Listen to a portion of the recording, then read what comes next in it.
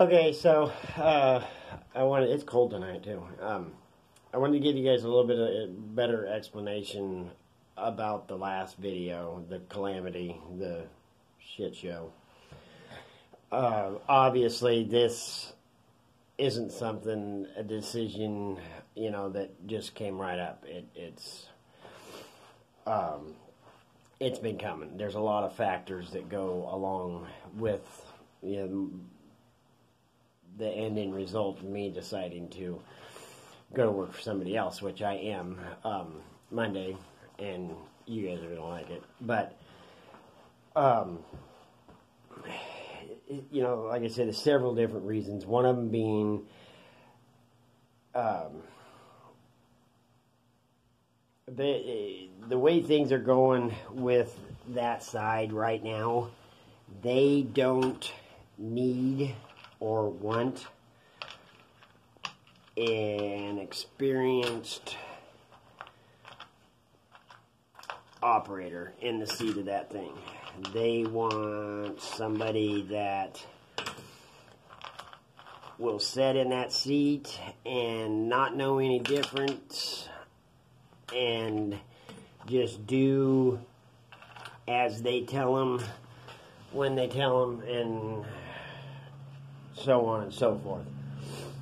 So for like a guy like me, the yarder,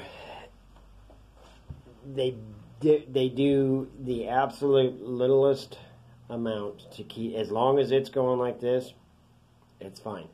But it's not fine. So immediately right off, I'm like, hey, we need to, and no, and no, and no, and well, no. So and so, that's just not how I am. And I don't have to have my hand held and, stuff like that. And so,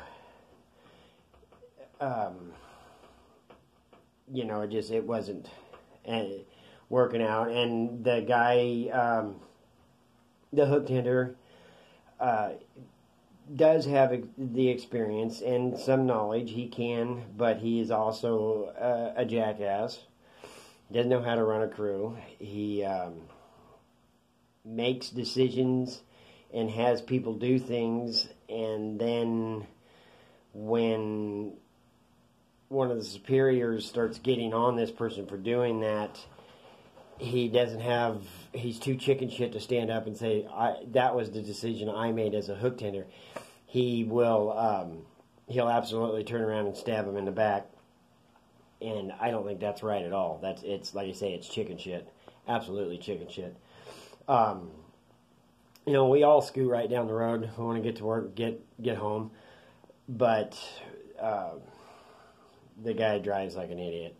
97, 98 miles an hour, and I got videos and pictures to prove it. So I wasn't, yeah. And then, there's just several factors to it that had led up, and I honestly, I wanted to make it go because I really wanted to be somewhere for a long time, but I'm not going to be somewhere a long time if I'm unhappy either. So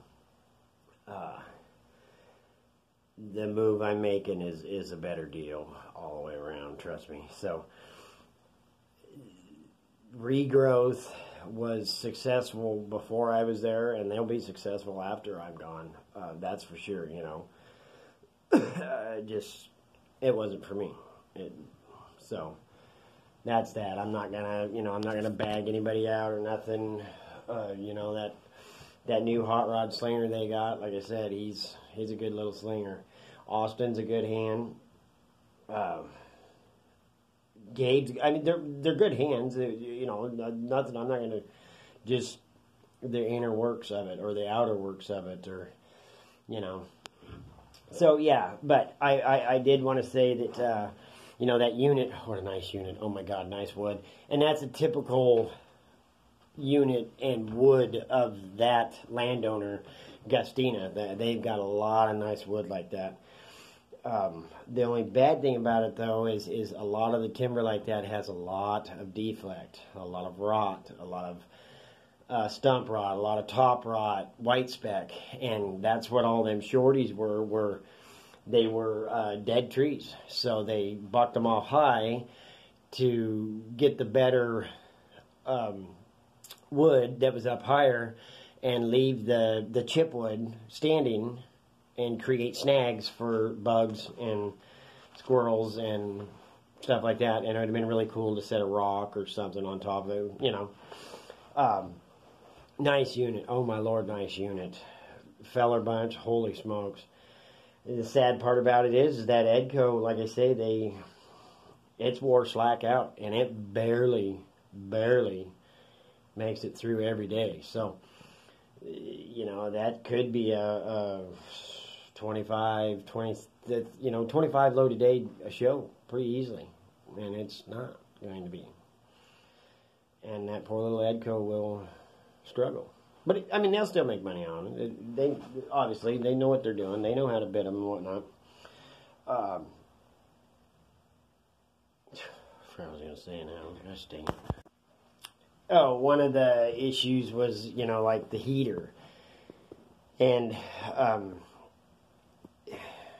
you're not given any time or compensated for the time to fix or anything like that. So, you know, like with the heater, if I couldn't get it figured out before them guys were logging in the morning or before they were ready to head out at night, there wasn't a whole lot of time for it because, I mean, nobody wants to stand around and not get paid for it.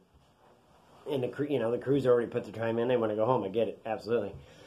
So it did take me a few days to figure it out, and they did spend pretty good money on a new heater, and it ended up being what it was they had both sides, because it was a radiator style, they had both sides of the plumbed into the return side instead of one on the hot water side and one on the return side. And so once I finally figured it out, the stupid thing, it was so gosh darn hot in there, you couldn't turn the fan on at all. So, then it was said, well, you know, if you'd asked me, I'd have told you what was wrong with it. And I'm like, you know, after all these stories of telling me that last winter when we had 3 foot of snow that somebody had to stand outside with a torch, you know, a propane torch and heat the cab because it was getting so cold inside there. You knew what the problem was, but you had, I mean, don't blow smoke up my ass. And it's just the motor just doesn't get hot enough. Well, I'm sorry to tell you this, but, and it did only run at 150 degrees, but 150 degrees is pretty warm. And that wasn't it at all. So, okay, well, we're going to finish this one inside the house because it got cold.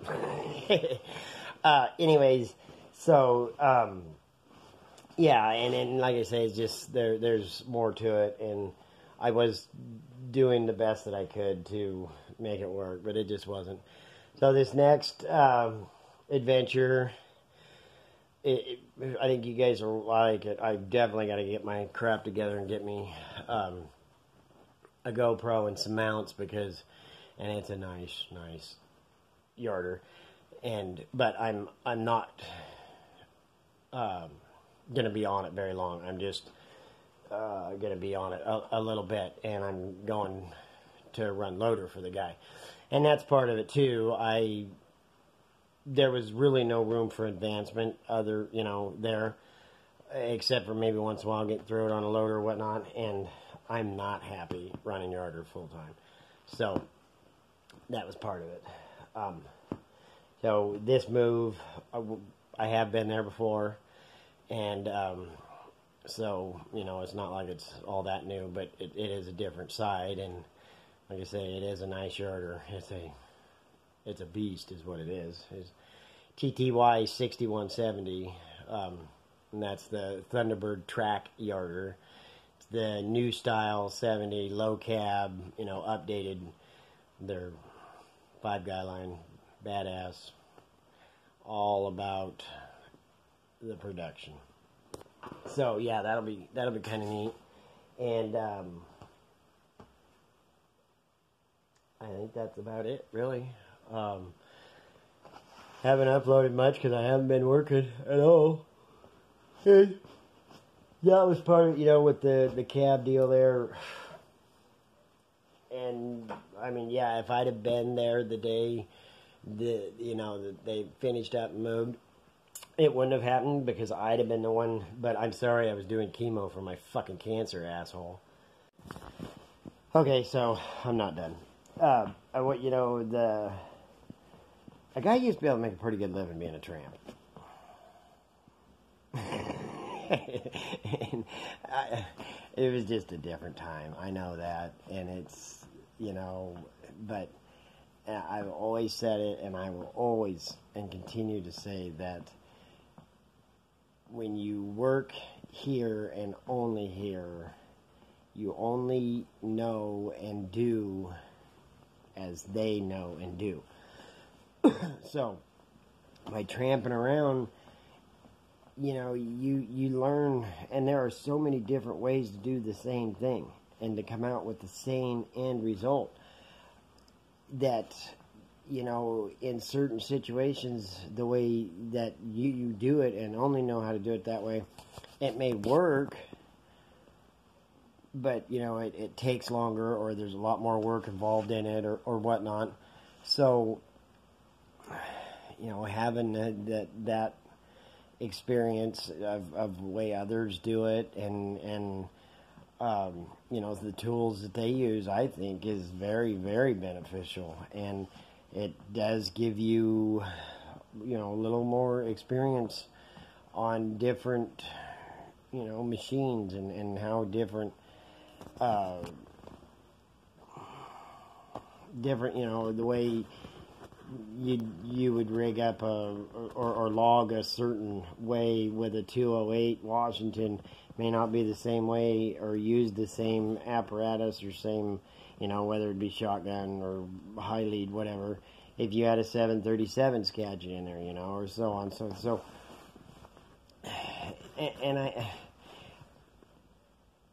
it hasn't always been like this for me. When I was still working the rigging, I shoot there for Tim. I was there almost 8 years. Lester's almost 8 years. And there were, like, Kelly Brothers, I bounced in and out of there, and they knew that I was there, that I was only there to get a paycheck until I found a better job, or something like that, and they knew that, and so it kind of worked out. They still put me in the position I wanted to be in, or hired out to be a hook tender or whatever, but they also knew that they probably better have a backup for the crummy, because if a good outfit called, I most likely would not be there by the end of the week. And it absolutely did happen that way. And most of the times when I was still tinning hook or pulling rigging, when I left a company and went to another one, it wasn't because I was mad or I didn't like the way they were doing this or that or something like that. It was, they were out of work, and it was going to be, a certain amount of time before they went back to work, and this person happened to need help, or let's say, because there are still some companies that do it from, they take 2 weeks off for Thanksgiving, and then from about middle of December till after the first of the year, they pull the plug on you, because a lot of the mills do inventory and stuff like that. So unless the logger can bankroll, payroll for that couple of weeks, a lot of times they cut you off. And so, I'd go find somewhere else to work because I wanted to stay busy. And then when the other company went back up, well, I wasn't mad at these guys, so why would I leave now? Or, maybe they offered a little bit more. So, I don't know. I'm never going to regret the decisions I've made jumping around. And for, like I say, for some people, to not have any... to just do as told and not think for yourself or try to, is fine for them, but it's not for me. And I'll be damned the day that, I'll set in a machine and not adjust the guy line or the guy lines because I wasn't told to, or something like that. No, that's how bad things happen, and those guys, quite honest, aren't operators. They're just seat warmers, and there is absolutely a difference between an operator and somebody that occupies a seat. So I hope that kind of clarifies it and like, makes you understand a little bit more. So hopefully we start getting some really cool videos down there. Jennifer's working till almost 11. I'm trying to stay awake. So I'll get back at you guys. Stay safe.